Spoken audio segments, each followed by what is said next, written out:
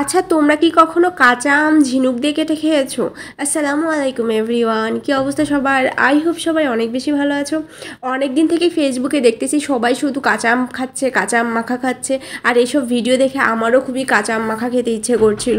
তো রাতের বেলা ঘুমানোর সময় আল্লাহকে বলছিলাম যে আল্লাহ তুমি আমাকে একটু কাঁচা আম পাঠাই দিও।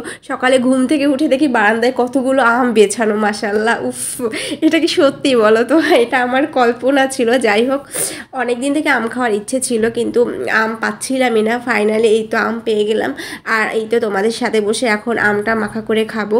ছোটোবেলায় অনেক আমি ঝিনুক দিয়ে আম কেটে খাইছি, বাট এখন ঝিনুক কি বলো, এগুলো তো আশেপাশে দেখতেই পাই না।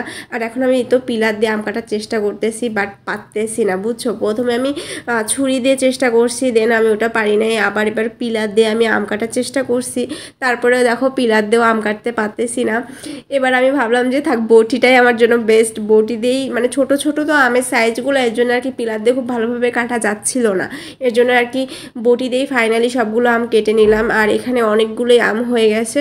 তবে আমি না একটা ভুল করে ফেলছি, আর সেটা হলো আমের, মানে আমগুলো কাটার সময় আমের বিচিগুলো ফেলাইনি। যাই হোক, এখন বসে বসে এই তো কাজে, মানে ভুলের মাসুল দিচ্ছি, বিচিগুলো এখন ফেলাচ্ছি। তো বিচিগুলো ছড়াতে কিন্তু এখন বেশ অনেকটা আমার সময় লেগে গেছে।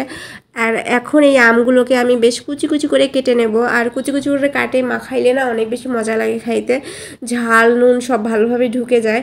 দেখো, আমগুলো আমি সবগুলো কেটে ফেলছি কুচি কুচি করে। আর দেখো, এক বাটি আম হয়ে গেছে। ফাইনালি আমার মনে হচ্ছিল যে একটু পোড়া মরিচ দিয়ে মাখায় খাবো, তাহলে অনেক বেশি টেস্ট আসবে। আর পোড়া মরিচের কিন্তু যে ঘ্রাণ, সেটা কিন্তু অনেক বেশি ইয়ামি হয়। আমার তো ভেবেই খেতে ইচ্ছে করছে।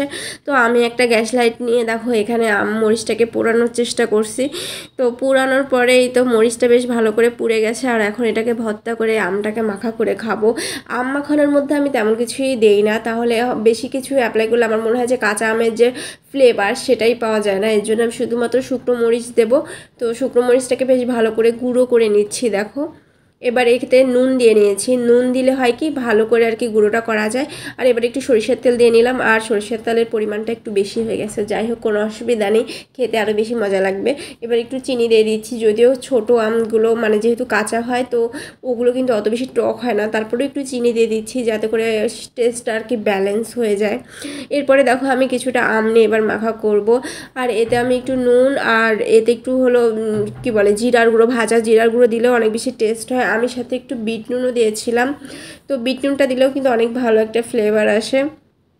আর এই দেখো আমার মাখা অলমোস্ট হয়ে গেছে। এবার এটাকে টেস্ট করার পালা।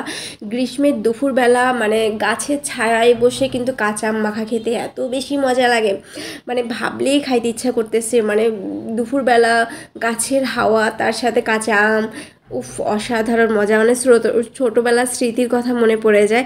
যাই হোক, আমার তো আম খেতে অনেক বেশি ভালো লাগলো। অনেক দিন পরে আম খাইলাম, তারপরে যে খাইতে পারছি এটাই আলহামদুলিল্লাহ। তো তোমাদের ভিডিও কেমন লাগছে সেটা কমেন্ট করে বললো। সবাই অনেক বেশি ভালো থেকো, দেখা হবে নেক্সট কোনো ভিডিওতে।